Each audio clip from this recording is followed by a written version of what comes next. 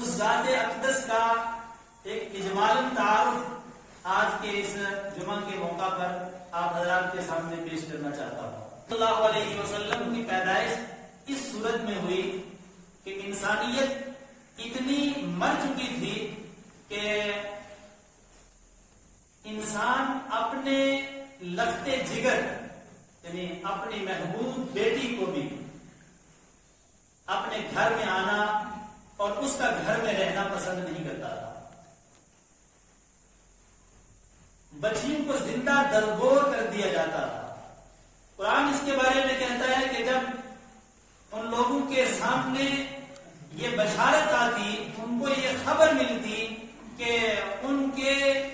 گھر میں پیدا ہونے والی اولاد بچی ہے، تو قرآن کہتا ہے کہ ذل وجہہ، اس کا چہرہ سیاہ ہو جاتا تھا، اس کے چہرے کے اندر شرمندگی طاری ہو جاتی تھی، اور اس کی حالت یہ ہو جاتی تھی کہ وہ لوگوں کے آمنے سامنے نہیں آتا تھا، وہ اپنے آپ کو چھپ چھپا کے جو ہے چراتا پھرتا تھا اپنے چہرے کو۔ یعنی لڑکیوں کا پیدا ہونا اس زمانے کے اندر منحوس سمجھا جاتا تھا۔ ایسے حالات میں رسول اکرم صلی اللہ علیہ وسلم کو اللہ نے بھیجا، اور اللہ کا ایک قانون اور قاعدہ رہا ہے کہ اللہ نے انسانوں کو دنیا کے اندر بھیج کر ان کے لیے ایک معلم، ان کے لیے ایک استاد، ان کی رہنمائی کرنے کے لیے جو ہے پیغمبر کو، رسول کو، نبی کو بھیجا۔ یہ سلسلہ چلتا رہا، لیکن دنیا کے اندر چند ایک فیصلہ ایسا رہا، ایسا فاصلہ رہا کہ اس کے اندر کوئی نبی، کوئی پیغمبر، کوئی رسول نہیں آیا۔ اس لیے انسانیت اس ٹھکانے پر پہنچ گئی کہ حضرت عیسیٰ علیہ السلام اور نبی اکرم صلی اللہ علیہ وسلم کے درمیان بعض روایات کے مطابق 570 سال کا فاصلہ، جس میں کوئی رہنما، کوئی معلم، کوئی رسول، کوئی نبی جو ہے اللہ تبارک و تعالیٰ کی طرف سے نہیں آیا۔ اس لیے انسانیت جو ہے درندگی کو پہنچ چکی تھی، اور یہاں تک کہ وہ گھر جو صرف اور صرف اللہ کی ذات کے سامنے سجدہ کرنے کے لیے بنایا گیا، اس گھر کے اندر بھی جو ہے 360 بت رکھ دیے گئے۔ آپ اندازہ لگا سکتے ہیں کہ انسانیت کس ڈھانے پر پہنچی ہوئی تھی، جس کو قرآن کہتا ہے کہ وَكُنْتُمْ عَلَى شَفَا حُفْرَةٍ مِّنَ النَّارِ، کہ تم جہنم کے کنارے کے اوپر کھڑے ہوئے تھے، جہنم کے کنارے کے اوپر، فَأَنْقَذَكُمْ، وہاں سے تمہیں جو ہے اللہ نے کھینچ کر نکال دیا۔ اس دہانے پر جو ہے امت پہنچی ہوئی تھی۔ اور اگر یہ بھی کہا جائے کہ تاریکیوں کی انتہا ہو چکی تھی، ظلمت کی انتہا ہو چکی تھی، پوری دنیا کے اندر اندھیرا ہی اندھیرا تھا۔ ظاہر سی بات ہے کہ جب اپنے بطن سے پیدا ہونے والی بچی کے ساتھ یہ معاملہ کیا جاتا ہو، اپنے گھر کے افراد کے ساتھ، اپنے گھر جو ہے گھر کے اندر اس طرح کے معاملات ہو گئے ہوں، اور یہاں تک کہ عورتوں کو جو ہے وہ اگر کسی کا شوہر مر جائے تو اس کو شوہر کے ساتھ جلا دیا جاتا تھا۔ کتنا ظلم ہو رہا تھا انسانیت کے ساتھ۔ اسی لیے تو رسول اکرم صلی اللہ علیہ وسلم نے ارشاد فرمایا کہ وما ارسل، کہ اللہ تبارک و تعالیٰ نے اللہ کے پیغمبر نبی اکرم صلی اللہ علیہ وسلم کے بارے میں ارشاد فرمایا وما ارسلناک الا رحمتا للعالمین، پیغمبر اعظم ہم نے آپ کو رحمت بنا کر بھیجا ہے پوری امت کے لیے۔ ایک صحابی رسول ہیں، ان کا واقعہ کتابوں میں لکھا ہے کہ رسول صلی اللہ علیہ وسلم کی خدمت میں حاضر ہوئے اور دور جاہلیت کا اپنا وہ واقعہ بیان کیا کہ میرے گھر میں ایک بچی پیدا ہوئی، میری بیوی جو ہے وہ امید سے تھی اور میں سفر پر چلا گیا اور بیوی کو یہ نصیحت کر کے گیا کہ اگر بیٹا پیدا ہو اچھی تعلیم و تربیت کرنا، اگر بیٹی پیدا ہو تو میرے آنے سے پہلے اس کو جو ہے گھر سے رخصت کر دینا، روانہ کر دینا، یعنی اس کو زندہ درگور کر دینا۔ لیکن اس کی بیوی نے اس کی بات پر عمل نہیں کیا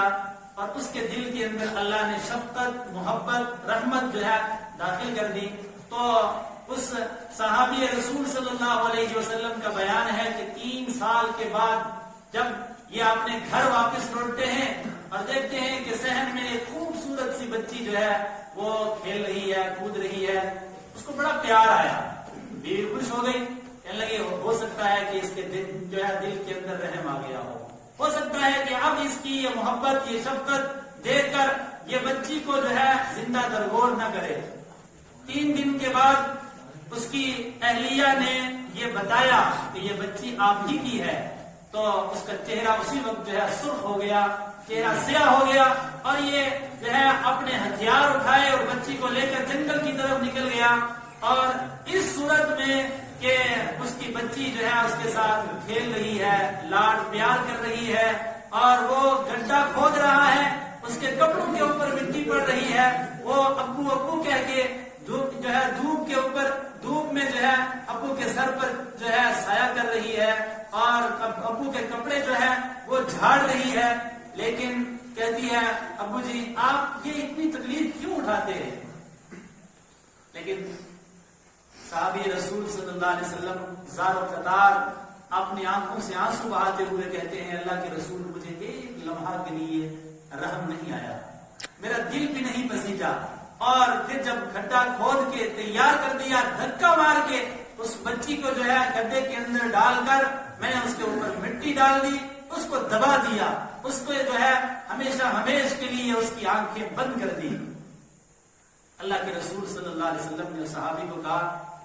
ایسا واقعہ سنایا ہے کہ جن سے میرا دل جو ہے چور چور ہو گیا ہے، اب آئندہ میرے سامنے اس چہرے کے ساتھ نہ آنا. اب صلی اللہ علیہ وسلم کے اوپر آیت نازل ہوئی. اللہ تبارک و تعالیٰ نے جو ہے قرآن پاک میں فرمایا کہ وَإِذَا الْمَوْءُودَةُ سُئِلَتْ، کہ جب زندہ درگور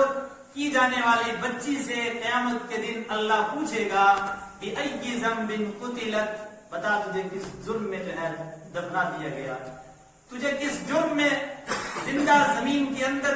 گھاڑ دیا گیا، کس جرم میں جو ہے تجھے قتل کر دیا گیا، تیری زندگی چھین لی گئی. تو اس وقت جواب دینا بڑا مشکل ہوگا. تو ایسی صورتحال میں ہم سب کے آقا و مولا جناب محمد مصطفیٰ صلی اللہ علیہ وسلم اس دنیا میں تشریف لائے. اللہ کے رسول صلی اللہ علیہ وسلم ظلمتوں کو مٹانے کے لیے آئے، تاریکیوں کو مٹانے کے لیے آئے تھے، انسانوں کو انسانیت کے حقوق دکھانے کے لیے آئے تھے، جوانوں کو جوانی کے حقوق دکھانے کے لیے آئے تھے، عورتوں کو عورتوں کے حقوق دکھانے کے لیے، اور مردوں کو مردوں کے حقوق جو ہے بتانے کے لیے رسول اکرم صلی اللہ علیہ وسلم تشریف لائے. آپ اللہ کے رسول صلی اللہ علیہ وسلم کی جو ہے سیرت پڑھیں گے تو آپ صلی اللہ علیہ وسلم کی سیرت میں آپ دیکھیں گے کہ ایک ادنا سے ادنا شخص کا جو کام ہوتا ہے اس سے لے کر ایک اعلیٰ سے اعلیٰ شخص کا جو کام ہوتا ہے اس تک نبی پاک صلی اللہ علیہ وسلم کی سیرت ملے گی. مثال کے طور پر بکریوں کو چرانے سے لے کر بادشاہی کے تخت پر بیٹھنے تک کے احوال رسول اکرم صلی اللہ علیہ وسلم کی زندگی سے ملے. والسابقون السابقون أولئك المقربون في جنات النعيم